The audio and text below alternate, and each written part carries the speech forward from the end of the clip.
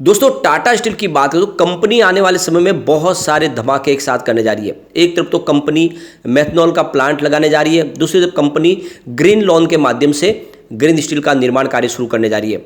और दूसरी तरफ देखें तो कंपनी अपने मर्जर के प्लान के साथ आगे बढ़ी है। बहुत जल्द कंपनी का पूरा मर्जर होने वाला है। तो ये जो सारी बातें ये साबित कर रही है कि आने वाले समय में टाटा स्टील में ज़बरदस्त तेजी का दौर शुरू हो सकता है।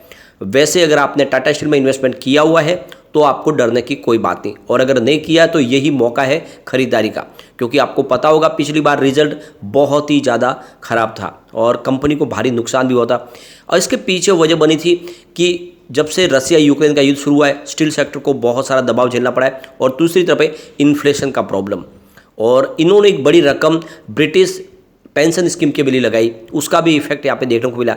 लेकिन इस बार वो इतनी बातें हैं जो थोड़ी सी निगेटिव थी वो यहाँ पे पॉजिटिव होती जा रही है। स्टेबिलिटी आ रही है स्टील की प्राइस में भी। तो ये सारी बातें जो साबित करी है कि अब यहाँ पे एक तेजी का दौर भी शुरू हो सकता है। स्टॉक बहुत नीचे आ चुका है तो एंट्री का मौका बनता है। अगर ये पूरा वीडियो अगर आप देखें तो आपको ये सारी बातें समझ में आएगी।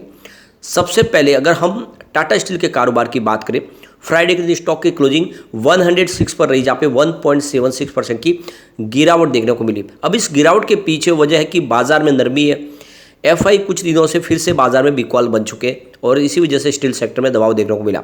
लेकिन अगर आपने टाटा स्टील में 3 साल पहले अगर निवेश किया होगा 2020 में, तो इस समय आपको बहुत अच्छा रिटर्न अभी भी मिल रहा है, क्योंकि स्टॉक 25 के आसपास था, इस समय 100 को पार किया हुआ है, यानी रिटर्न काफ़ी बेहतर है। यानी आपका जो रकम है वो इस समय 1 लाख रुपीज़ अगर आपने लगाया होगा तो वो भी 4 लाख रुपीज़ हो रहा है। तो जिसने भी 3 ईयर पहले निवेश किया होगा टाटा स्टील में उसको इस समय भी बेहतर रिटर्न मिल रहा है, कोई चिंता की बात नहीं है। लेकिन पिछले 1 साल में जिसने भी इन्वेस्टमेंट किया होगा उसको इस समय 13% का लॉस हो रहा है। 122 के आसपास स्टॉक था और 6 मंथ के हिसाब से वापस स्टॉक रिकवर हो चुका है। लगभग 5% का पॉजिटिव रिटर्न दिखा रहा है इस समय। 101 के आसपास स्टॉक था 6 महीने पहले। 1 मंथ के हिसाब से भी 1% की तेजी है, और अगर हम 5 डेज की बात करें तो 1% की गिरावट है। तो कुल मिला के देख सकते हो जिसका निवेश साल भर का है उसको लॉस है, लेकिन 6 महीने पहले जिसने इन्वेस्ट किया उसको लॉस नहीं है, और जिसने 2-3 साल पहले निवेश किया उसको तो बहुत ही ज़बरदस्त रिटर्न मिल रहा है। यानी स्टॉक एक तरह से ऊपर जाने को तैयार है। अभी आप पे देख सकते हो कि कोटक सिक्योरिटीज लिमिटेड की तरफ से बाई की कॉल दी गई है, और आप देख सकते हो कि उन्होंने 112 का इसका टारगेट दिया है। 108 के आसपास आपको खरीदारी करनी है, और 106 का इसमें स्टॉप लॉस लगा के आप शॉर्ट टर्म के लिए भी इन्वेस्टमेंट इसमें कर सकते हैं। यहाँ पे एक बड़ी अपडेट निकल के आ रही है। टाटा स्टील जल्द ही एक पायलट प्लांट लगाने जा रही है मेथनॉल के प्रोडक्शन के लिए, और आप देख सकते हो ये एक बड़ा सपना है। टाटा स्टील चाहती है कि 10 टन्स पर डे के हिसाब से ये पायलट प्लांट लगाया जाए, और ये आप देख सकते हो कि कलिंगा नगर में होगा। ये ओडिशा में इस मेथनॉल का प्रोडक्शन होगा, और आप देख सकते हो ये आने वाले समय का फ्यूचर का एक फ्यूल बनेगा जो आने वाले समय जो पोल्यूशन हो रहा है उसको कम करेगा। यानी आने वाले समय का देश का ये एक तरह से एक नया फ्यूल बनने जा रहा है। और इस मेथनॉल के माध्यम से आप देखें तो हाइड्रोजन का निर्माण भी होगा, जो एक तरह से इंडिया का ब्राइट फ्यूचर है। तो यहाँ पे ये जो मेथनॉल का प्लांट है ये इंडिया की इकोनॉमी को बहुत ज़्यादा बूस्ट दे सकता है, और इंडिया जिस तरह ग्रीन हाइड्रोजन के निर्माण में आगे बढ़ना चाहता है उसका एक बड़ा यहाँ पे योगदान मेथनॉल के माध्यम से हो सकता है। सबसे बड़ी बात है कि इस मेथनॉल के माध्यम से ज़्यादा जो पोल्यूशन है उसको कम किया जा सकता है। यानी आप देख सकते हो कार्बन डाइऑक्साइड का निर्माण बहुत ही कम मात्रा में होता है। गौर करने वाली बात है यहाँ पे कि मेथनॉल के प्रोडक्शन में आप देख सकते हो 25 पर लीटर की प्राइस पड़ती है, और ये काफ़ी कम है। जबकि दूसरी तरफ देखें तो गवर्नमेंट फिक्स जो इसकी जो प्राइस है बायो एथनॉल की वो 65.60 रुपीज़ के आस पर लीटर। तो उस हिसाब से आधी से भी कम कीमत में ये आपको मिल जाएगा।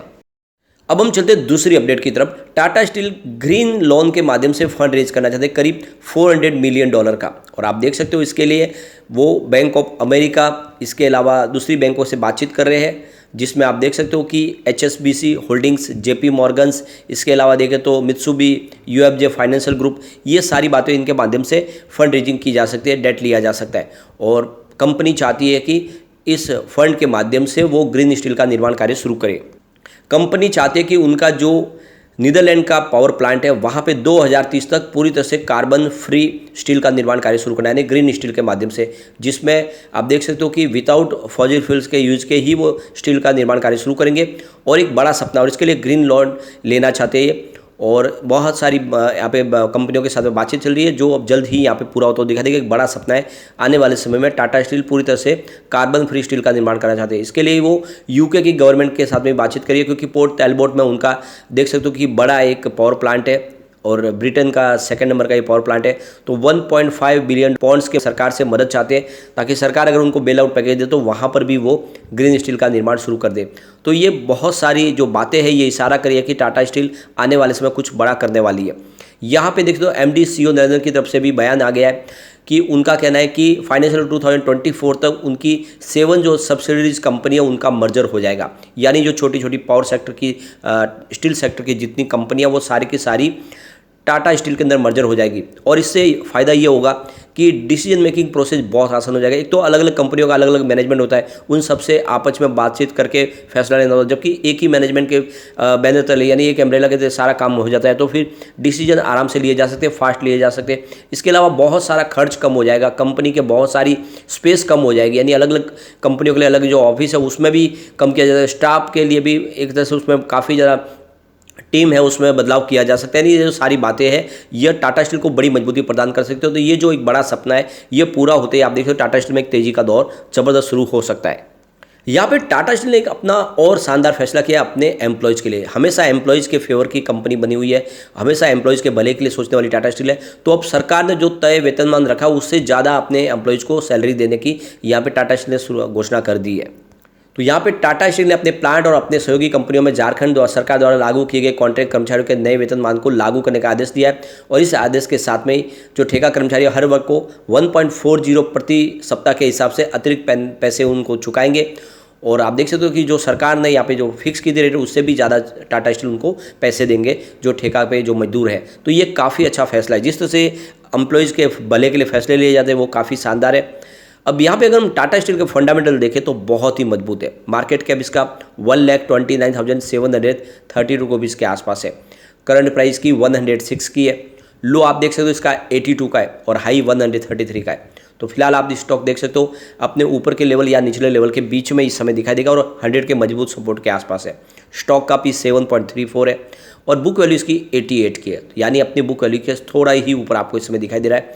4.80% का जबरदस्त डिविडेंड भी दिया कंपनी ने। इसका ROC 31.50% है और ROE इसका 42.40% है। फेस वैल्यू 1 की है। तो आप देख सकते हो कंपनी के फंडामेंटल बहुत अच्छे हैं। अब हम यहाँ पे अगर पिछले इसके 5-6 साल की इसकी परफॉर्मेंस देखें मेटल इंडेक्स और सेंसेक्स के मुकाबले तो कैसा इसका परफॉर्मेंस रहा है वो देखने की कोशिश करेंगे। 2016 की बात तो टाटा स्टील ने 52% का जबरदस्त रिटर्न दिया। इस दौरान BSE सेंसेक्स मात्र 1% ही बढ़ा है और BSE मेटल इंडेक्स में 36% की तेजी देखने को मिली। तो 2016 का विनर टाटा स्टील है। 2017 की बात करो टाटा स्टील ने 87% का बम्पर रिटर्न दिया है। इस दौरान BSE सेंसेक्स में 27% की वृद्धि हुई है और मेटल इंडेक्स 47% दौड़ा। तो 2017 में भी आपको विनर टाटा स्टील ही दिखाई देगा। 2018 की बात करें तो टाटा स्टील ने 24% का निगेटिव रिटर्न दिया है। सेंसेक्स इस दौरान 5.87% दौड़ा और मेटल इंडेक्स में 20% की गिरावट रही। तो 2018 का लूजर आपको यहाँ पे टाटा स्टील दिखाई देगा, क्योंकि लगातार तेजी बनी इसके बाद प्रॉफिट बुकिंग की वजह से टाटा स्टील नीचे आया। 2019 की बात करें तो टाटा स्टील में 8% का निगेटिव रिटर्न देखने को मिला।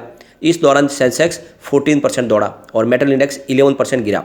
तो यहाँ पे विनर आपको सेंसेक्स दिखाई देगा और लूजर है वो मेटल इंडेक्स है। 2020 की बात करें तो टाटा स्टील ने 37% का जबरदस्त रिटर्न दिया। इस दौरान सेंसेक्स में हमने 15% की तेजी देखी है और मेटल इंडेक्स मात्र 11% दौड़ा। तो फिर से 2020 में विनर आपको टाटा स्टील दिखाई देगा।